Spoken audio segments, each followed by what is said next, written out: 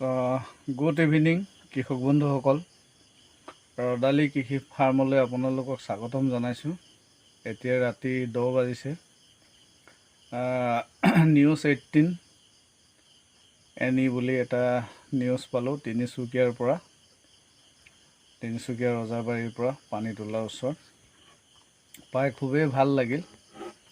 তাতে লক্ষী দাস নামৰ এজন উদীয়মান যুৱকে লোকেল মাছৰ ব্যৱসায় কৰিছে, নতুন টেকন'লজিৰে কাম কৰিছে, খুব ভালেই লাগিল। গতিকে সেই ভিডিঅ' সম্পৰ্কত দুআষাৰ আপোনালোকক ক'বলৈ গৈ আছোঁ। মানে মই নক'লোহেঁতেন, কিন্তু সেই বিষয়টো মোৰ লগত ৰিলেটেড আছে কাৰণে মই আপোনালোকক ক'ব গৈ আছোঁ। সেই ভিডিঅ'খিনি মাজে মাজে মই আপোনালোকক কৈ যাম, আপোনালোকে আমাৰ ভিডিঅ'ৰ লগত থাকিব। নমস্কাৰ, মোৰ নাম লক্ষী দাস, পশুগাঁও ৰজাবাৰী গাঁও। তো দ্বিতীয় জনা যিখিনি কোৱা হয়, সেইটো আপুনি কেতিয়াৰ পৰা আৰম্ভ কৰিছে এই মাছৰ পোনা উৎপাদন কৰা কাৰ্য? মই আপোনাৰ 2018 চনৰ পৰা কৰি আছোঁ। ইয়াত মোৰ কাৱৈ আছে, তাৰপিছত আপোনাৰ শিঙি আছে, মাগুৰ আছে, কান্দুলি আছে, আমাৰ যিখিনি থলুৱা মাছ মানে সেইখিনি আছে।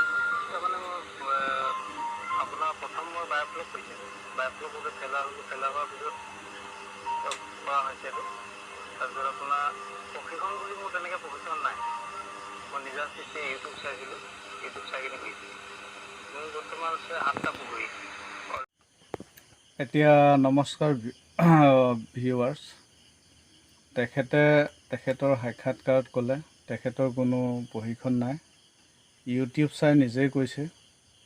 কিন্তু মোৰ ইউটিউবটো চাই সি মোৰ লগত যোগসূত্ৰ কৰিছিলে।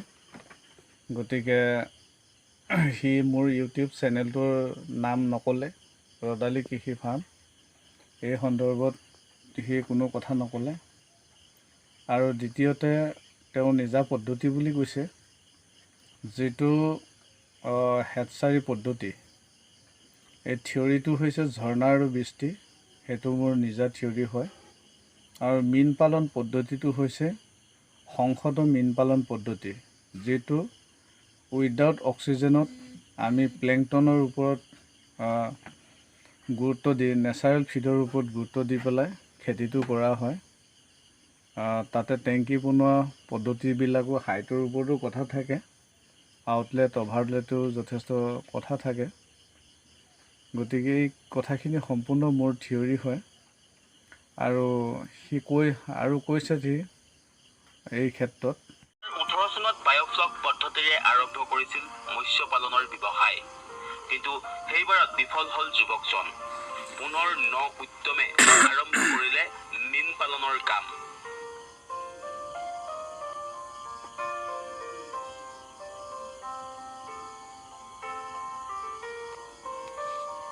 এইবাৰ কিন্তু বায়'ফ্লক পদ্ধতি নহয়, নিজে উদ্ভাৱন কৰিলে এটা মীন পালন পদ্ধতি, নাম দিলে ঝৰ্ণা বৃষ্টি। পদ্ধতিটোৰ নাম কৈছে ঝৰ্ণা আৰু বৃষ্টি। ঝৰ্ণা আৰু বৃষ্টি কোনো পদ্ধতি নহয়। ঝৰ্ণা আৰু বৃষ্টিটো এটা থিয়ৰি, অল্টাৰনেট বায়'ফ্লকৰ এটা থিয়ৰি, যিটোত অক্সিজেন ছাপ্লাই কৰিব পাৰি। আৰু এই পদ্ধতিটো আমি নাম দিছোঁ সংহত মীন পালন পদ্ধতি। আৰু এই পদ্ধতিটোৰ ওপৰত গৱেষণা কৰিছিলোঁ মই নিজেই 2018 চনৰ পৰা গৱেষণা কৰিছিলোঁ। আৰু 20 চনৰ শেষৰ ভাগত মই সফল হৈছিলোঁ। আৰু সেই সময়ত মোৰ এই কথাখিনি, মোৰ এই থিয়ৰিখিনি নিউজ টাইম 8ত সম্প্ৰচাৰিত হৈছিল। তাৰ পাছতে লখিমপুৰ কৃষি বিজ্ঞান কেন্দ্ৰৰ বিজ্ঞানীসকলৰ অৱগত হৈছিল। আৰু সেই সময়ত মোৰ এই চিম্পুল থিয়ৰিটো চাবৰ কাৰণে ৰাষ্ট্ৰীয় পুৰস্কাৰপ্ৰাপ্ত মৎস্য বিজ্ঞানী সোণমইনা ভূঞা ছাৰ মোৰ ফাৰ্মলৈ আহিছিল। আৰু তেখেতে মোৰ এই পদ্ধতিটো চাইছিল আৰু তেওঁ বিস্ময় হৈছিল যে ইমান এটা খৰচত এই টেকন'লজি মই ঘৰুৱাভাৱে প্ৰস্তুত কৰি উলিয়াইছোঁ। আৰু তেখেতে মিচিং অট'নমাছ কাউন্সিললৈ এটা এষ্টিমেট বনাই পঠাইছিলে আৰু সেই এষ্টিমেট মতে মই অট'নমাছ কাউন্সিলৰ পুঁজিৰে ক্ষুদ্ৰতম হেচাৰী প্ৰজেক্ট এটা স্থায়ীভাৱে বনাবলৈ সক্ষম হৈছিলোঁ। ইয়াৰ আগতে এই টেকন'লজি বা এই থিয়ৰিটোৰ বিষয়ে ইণ্ডিয়াত বা কোনো ইউটিউব চেনেলত এইটো নাই। প্ৰথম অসমীয়া ইউটিউব চেনেল ৰদালি কৃষি ফাৰ্ম। এই চেনেলটোৰ জৰিয়তে মই এই মৎস্য পালন আৰু ব্ৰিডিং পদ্ধতি, হেটচিং পদ্ধতিটো মই দি গৈছিলোঁ। আৰু তেখেতে 2020 চনতে মোৰ লগত পৰিচয় হৈছিলে আৰু তেখেতে অনলাইন ক্লাছ কৰিছিলে 2000 টকা মাননি দি মোৰ ওচৰত। গতিকে এই কথাখিনি অকপতে তেখেতে স্বীকাৰ কৰা হ'লে ভাল লাগিলেহেঁতেন। গতিকে সেইটোৰ কাৰণে মই বনাবলগীয়া হ'ল। তেখেতে স্পষ্টকৈ ক'ব পৰা নাই। থিয়ৰিটো হৈছে ঝৰ্ণা আৰু বৃষ্টি। বৰষুণ লাগিব আৰু পানী বব লাগিব, তেতিয়াহে মৎস্য বিজ্ঞানটো হয়।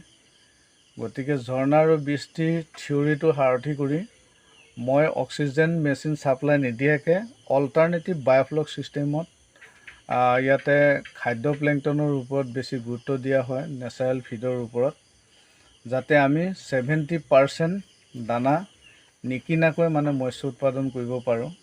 যিহেতু বায়'ফ্লকত যথেষ্ট খৰচ হয়, গতিকে ই এটা অল্টাৰনেটিভ বায়'ফ্লক ছিষ্টেম আৰু সংহত পদ্ধতি বুলি কয়। এই পদ্ধতিটো তেখেতে মোৰ পৰা সম্পূৰ্ণৰূপে গাইড লৈছিলে আৰু তেখেতে প্ৰতিটো খোজতে মোৰ লগত যোগসূত্ৰ আছিলে। এই সম্পৰ্কত যদি প্ৰফ লাগে মই দিব পাৰিম। যিহেতু তেখেতে যেতিয়া কিঞ্চিত ছাকচেছ হৈছিলে, তেতিয়া তেওঁ মোলৈ ফোন কৰিছিলে আৰু ফোন কৰা সেই ভিডিঅ'টো আপোনালোকে মোৰ ইউটিউব চেনেলৰ জৰিয়তে আপোনালোকে পাব। গতিকে আপোনালোকে চাই থাকক শেষত তেখেতে কি কয়।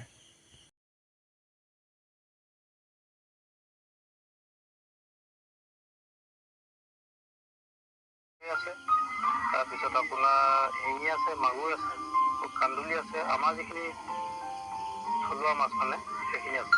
কিন্তু মই আপোনাৰ প্ৰথম মই বায়'ফ্লক কৰিছিলোঁ। বায়'ফ্লক কৰোঁতে ফেলাৰ হ'লোঁ। ফেলাৰ হোৱাৰ পিছত কৰা হৈছে এইটো। তাৰপিছত আপোনাৰ প্ৰশিক্ষণ বুলি মোৰ তেনেকৈ প্ৰশিক্ষণ নাই। মই নিজা সৃষ্টি ইউটিউব চাইছিলোঁ, ইউটিউব চাই কিনি কৰিছিলোঁ। মোৰ বৰ্তমান আছে 7টা পুখুৰী, সৰু টেং। বজাৰ মোৰ আপোনাৰ তিনিচুকীয়া যায়, তাৰপিছত আপোনাৰ ডিব্ৰুগড় যায়।